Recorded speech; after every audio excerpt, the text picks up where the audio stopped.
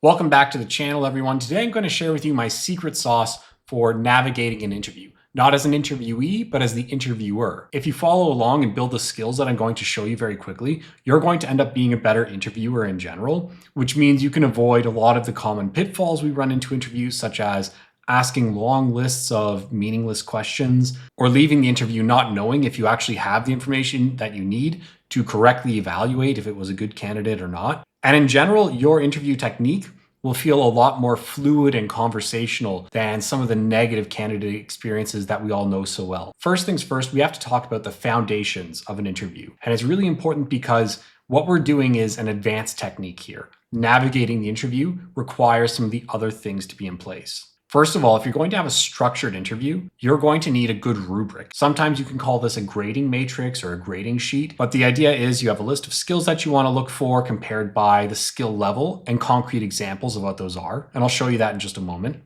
The second important thing in here is a script. Now, the script doesn't need to be overcomplicated, but you need a ground layer to know what you're going to do when you go into that interview. And if you have those two things in place, you as an interviewer can now navigate through an interview correctly. And that's the kind of stuff that makes your interview very fluid and conversational, but also gives you exactly the information that you need, and make sure that you don't leave the interview without the information you needed or feeling like you could have helped someone, but you weren't sure if you should or you couldn't. And so 90% of this video, I'm going to talk about navigation, but I do have to very, very briefly talk about rubrics and the script. And that rubric is really simple, right? You basically have a list of skills, just the different things that you want to measure in your candidate. And then you say, okay, well, what is the range of possible skills? We have, basic skills, not good enough, really good, generally a 1 to 4 grading system where 1 is not somebody you would hire, 4 might be overqualified for that position you're interviewing for.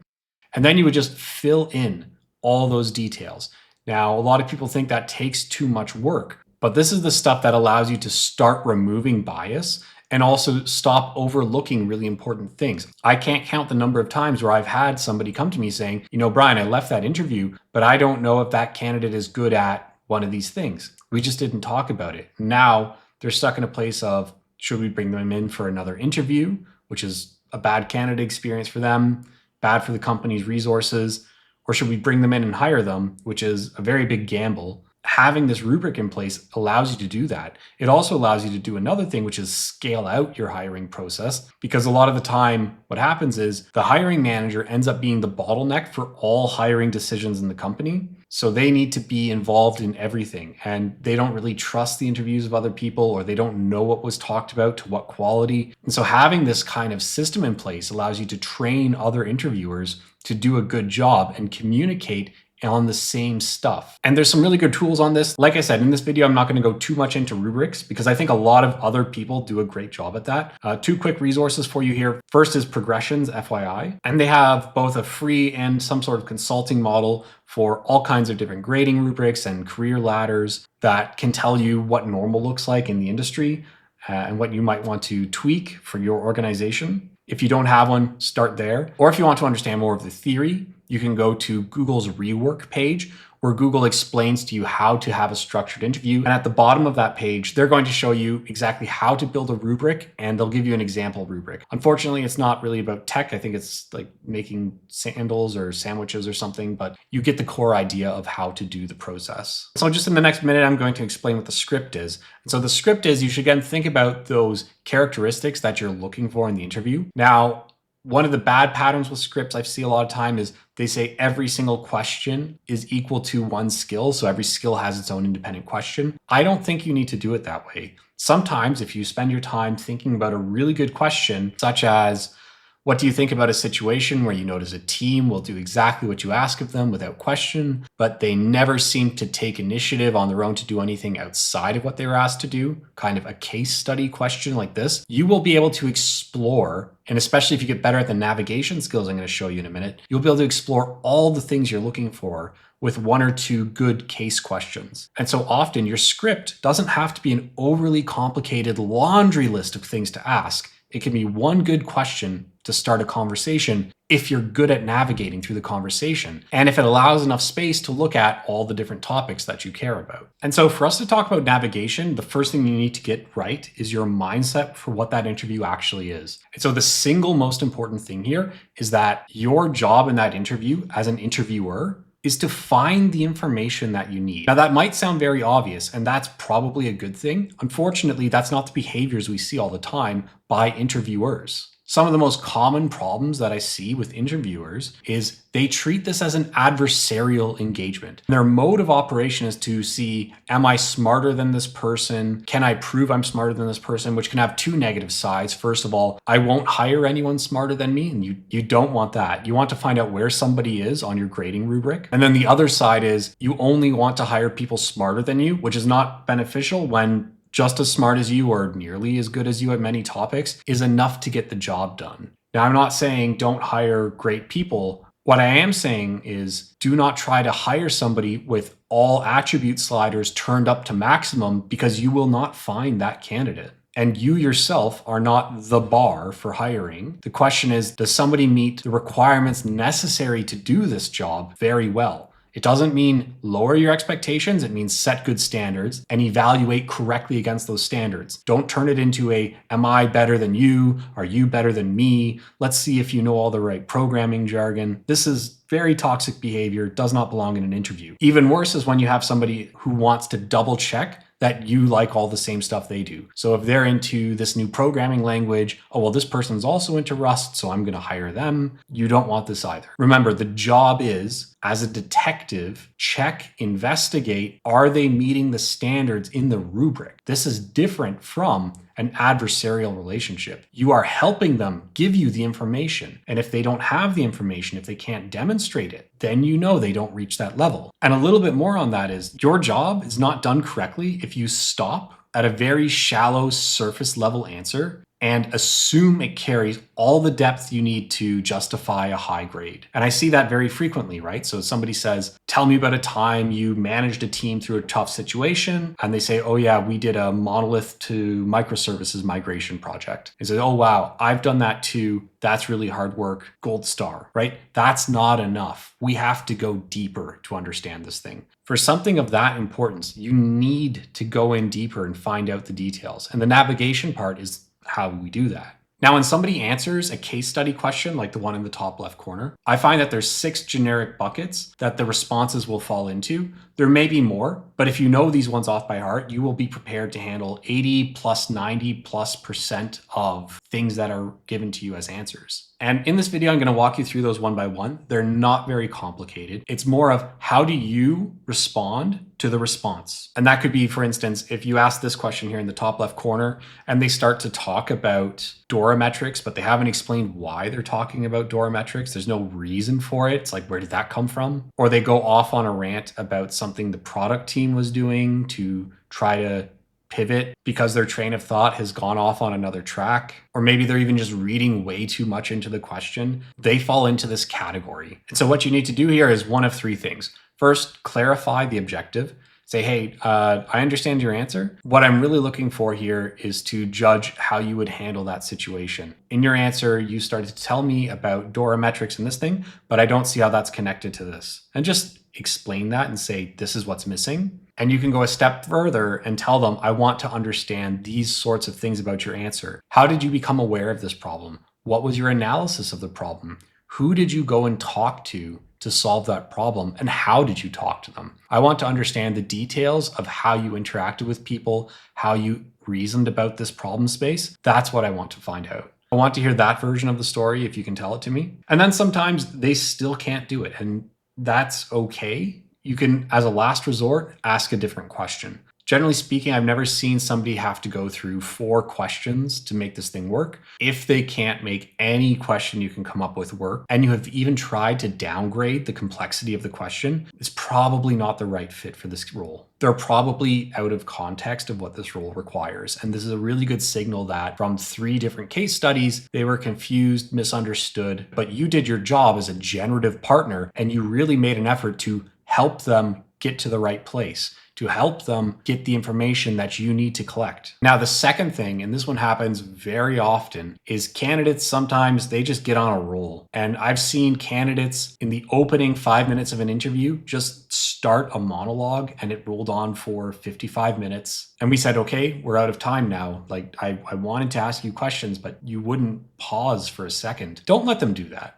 Right? Don't let your candidates do that because it didn't help you get the information you needed. Your job is to get the information you need out of this candidate. There's a million reasons that they could be doing this. First and foremost, they could be very nervous about getting this job and they just want to blast information at you. It could have been they've been practicing those answers and now they're just unwinding all the things they've memorized to tell you to sound impressive. And they don't understand that you're trying to have a conversation with them and you know what you want to find out. Because unfortunately, a lot of interviews out there, interviewers don't know what they want to find out. And some candidates have learned they need to blast interviewers with information. The whole game is an adversarial mess because we don't know how to have conversations with people in this setting. And that's one of the superpowers of this navigation technique is beginning to have conversations with people again. And so the first thing you need to do when you notice this going on, when they're just doing a monologue and you see it's over 5 minutes and you don't feel like there's a point to it, just say, whoa, whoa, whoa, or do it in your own authentic way. Like you need to interrupt. And I know sometimes as an interviewer, you don't want to interrupt because you feel it is impolite.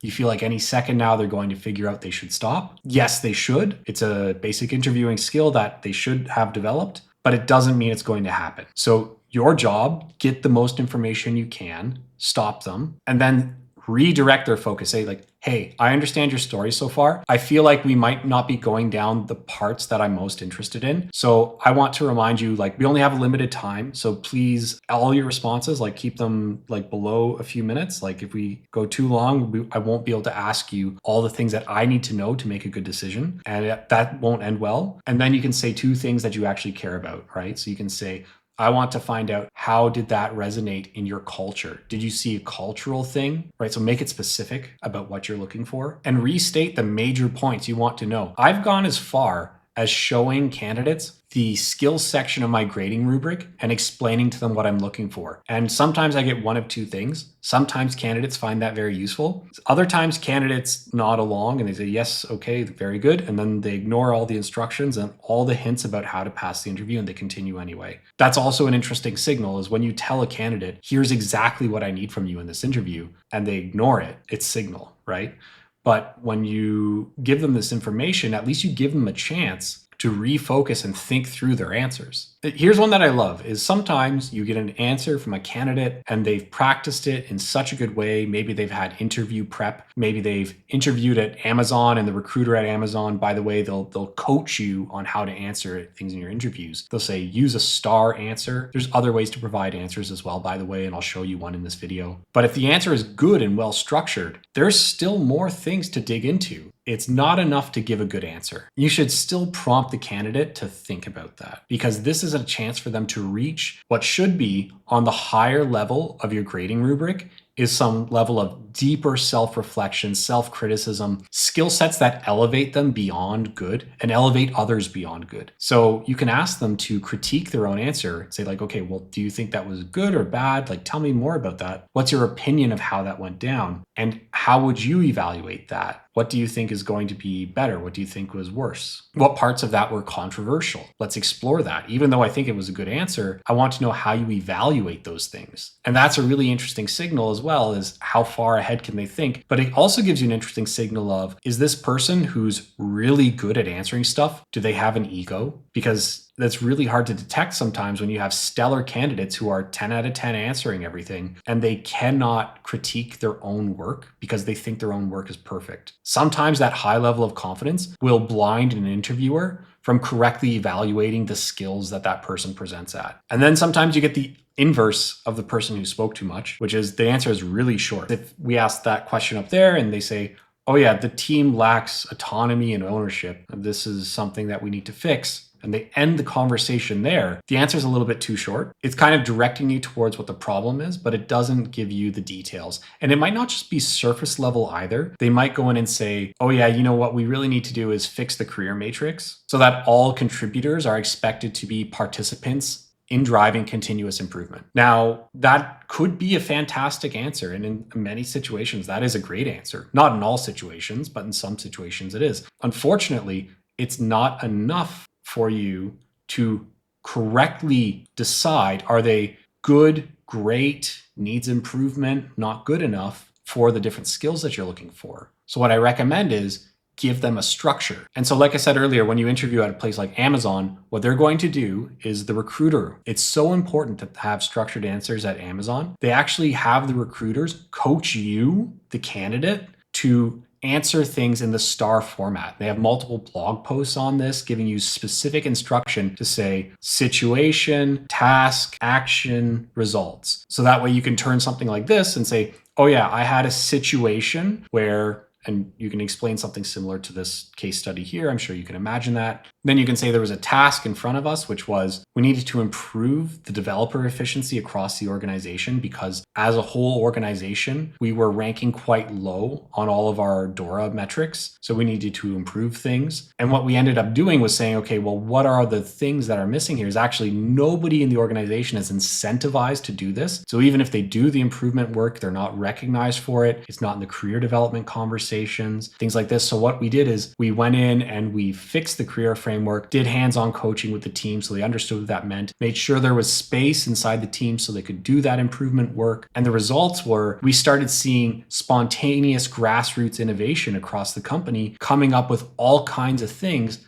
to improve things without waiting for upper management to solve it. Now, that's a very different answer from we have to fix the career framework. And what you did is you could unlock that level of answer by walking them through a structured answer like STAR, right? Situation, task, actions, results. There's other ways to do it as well. And now, if they're still a little bit stuck, you can walk them through step by step. So it's like, okay, I want to find out situation, task, action, result. Just tell me the situation. Don't go into anything else. Just tell me the situation. It's like, okay, what was the task? Help them frame the task, help them frame the actions and results, and then you get optimal information out of the interview. That might be a bit slower. It probably means the candidate is not trained in how to do interviews correctly or their communication skills in this context. And that doesn't mean their conversation skills in general are underdeveloped. It just means specifically in this interview, it's not developed. So walking them through that gives you optimal information in the fixed time window that you have, instead of leaving the interview and saying, I don't know, I couldn't understand them. Even though they might be the kind of person who executes fantastic and you didn't hire them because they didn't know how to explain it to you in a short 5-minute time window. Those are different skills. And there's a lot of really great talent out there that is undervalued. And I mean market value. They're not getting the salaries that they could get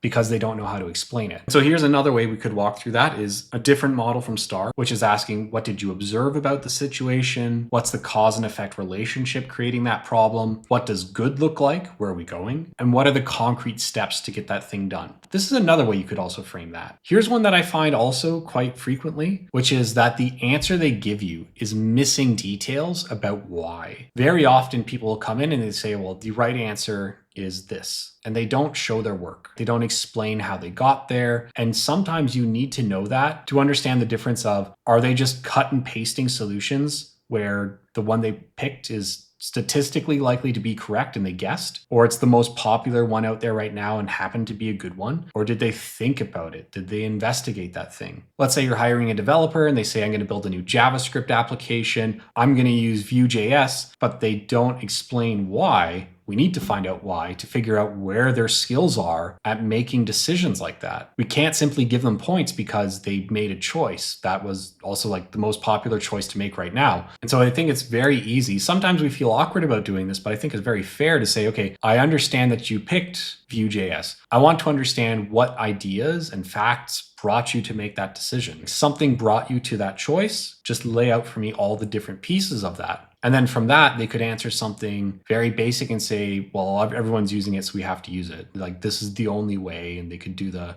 I'm too cool to program in anything but the latest cool JS trend. Or they could give you something much more thoughtful and say, well, actually, I want to use this because There could be a lot of things behind that. There could be the whole team knows it. It could be certain libraries and technologies that are faster to develop certain solutions in that problem space, but not in other problem spaces, something specific to it. It could be the infrastructure that you're buying into. There could be many things. And it could also just be radical honesty and say, well, actually, it's the framework I'm most proficient with, and I want to be delivering value as quickly as possible. That might be more on the junior side of answers, or maybe even on the short-term thinking, but also maybe not. If you were a contractor agency that needed to get things out the door very quickly, that might be the perfect answer. So again, putting that in the context helps. It's when you get these answers and you don't have a why, probe into what's going on. And now here's another one. They might tell you why, they might tell you beyond the surface level, but you're just missing something like a specific fact. And without this fact, you can't grade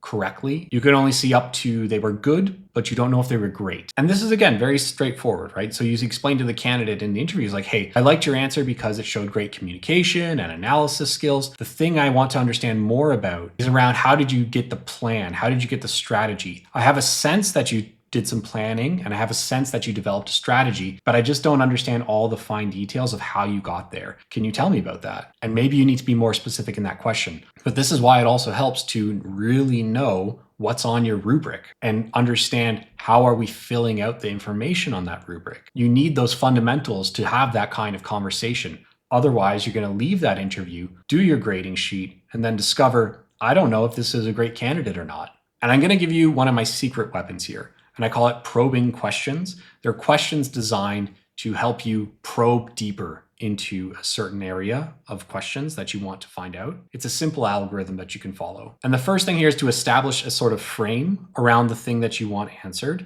So let's say it's a developer and they picked a framework. You can say, I want to understand how you picked some of these frameworks over others. That's one of my go-to questions when I talk to developers to say, tell me which frameworks you like. Now, tell me why you like those frameworks over other ones. And now the conversation is framed around frameworks. We know we're not going to talk about DORA metrics. We know we're not going to talk about career ladders. We know we're not going to talk about the ping pong tables. We're talking about how do you choose frameworks? And so now we dig a little bit deeper and we ask an open-ended question and we say, what qualities is it that you look for in frameworks? And so here they can start to answer a lot of things, but it has to be about the qualities of the framework. It shouldn't be specific to which one is your favorite. It should be because this one has great setup for test time. There's not a lot of magic wiring in it, so it's easy to debug. And they start to give you answers about the actual qualities of the framework. We're not talking about the deep history or the programming conferences associated with it, although you could make an argument that the community attached to a framework is a type of quality. I would expect that they make that argument. And I think you can make that judgment of, are they using it as a quality or are they just bringing in a bunch of things that they like? In terms of making decisions, would they objectively decide to use something that has a better community than what they're using? Or are they just adding things in as ad hoc justifications for what they like? Or is it an objective measure? And so now we have almost a frame around a frame, right? We're talking about frameworks, we're talking about qualities of frameworks. And now we go a level deeper and we can make it super, super specific. And you can do this sometimes by tying it into another topic and relate it back to our case study question here and say something like, what qualities of that framework do you think are relevant to our case problem where the teams don't take spontaneous initiative to fix things? And now we can have a great conversation about, well, how easy is it to change and adapt the framework? How easy is it to build, deploy, release with that framework? How fragile are things wired together? So if I change one component somewhere, do I have to take a lot of risk in my little 2-minute experiment, or is it really well contained? These kinds of qualities can help you narrow it down. And so already you're getting an understanding for how does this person think and make choices about a framework specific in the context of the challenge that the team is going through. Can they bring those things together? And how does that relate to items on your matrix? One of the items on the matrix that I had was judgment. And so it's what's your level of judgment in picking those attributes, right? Do you have really good judgment in terms of making sure those things are correlated and high value in that problem space? Or are you giving me a laundry list of cool things and biases that you carry? I can find out now. I've been able to help you give me that information. So if you think about it, we have that big frame of frameworks. That's the big conversation. And then we're having a sub conversation about quality attributes. And then we're having another conversation about how do the quality attributes of that framework relate to the social behaviors of people on a team and the opportunities people on a team self-select into.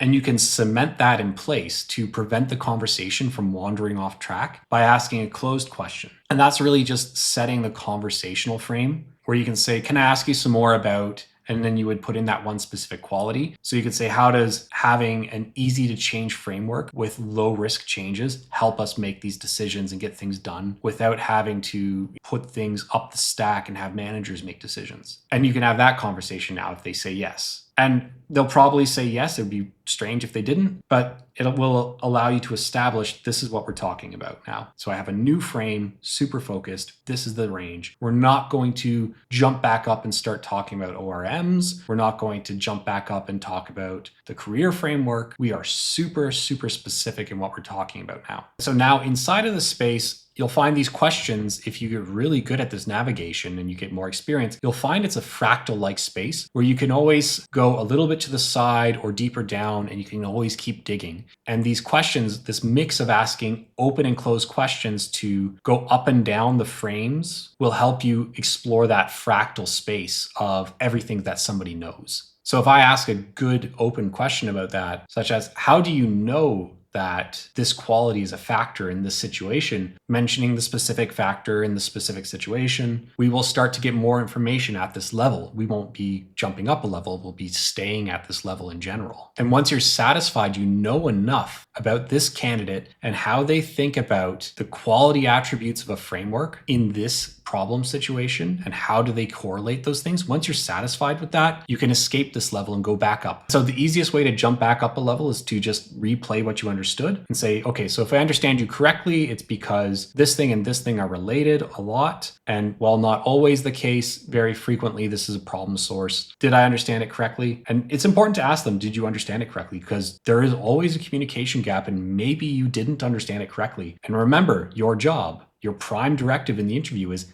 get the information you need to correctly put this candidate on your grading rubric. Because if you don't, you wasted your time and the candidate's time. And that's going to have a potential knock-on effect of wasting even more people's time with a new interview or a mishire, or spoiling all the time that went into this candidate already, churning into dust because you didn't get enough information and decided to reject the candidate. So you might have just destroyed the work of 8 hours of your different peers and colleagues up to this point in your interview process because you didn't ask them, hey, do I understand you correctly? And just like that, we've already gone through all 6 of those buckets of where most people's answers will go to when you ask them a simple case study question or a simple open-ended question that can cover lots of points on your rubric. And you see how you can correlate those answers to many different parts on your matrix. And you can still become even more advanced at this. Something I love doing when I'm testing developers and checking, what level of programming skill do you have in different areas, I simultaneously evaluate some of the soft skills and say,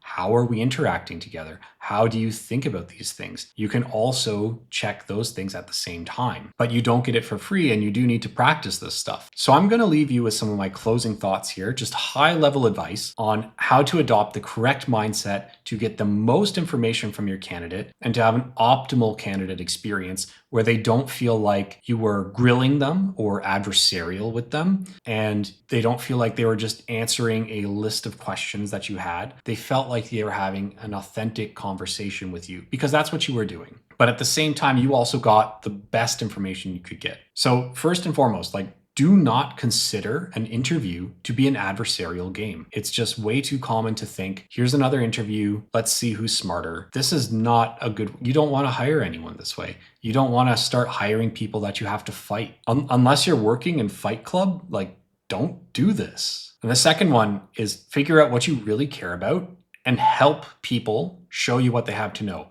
You've already committed to an hour for that interview.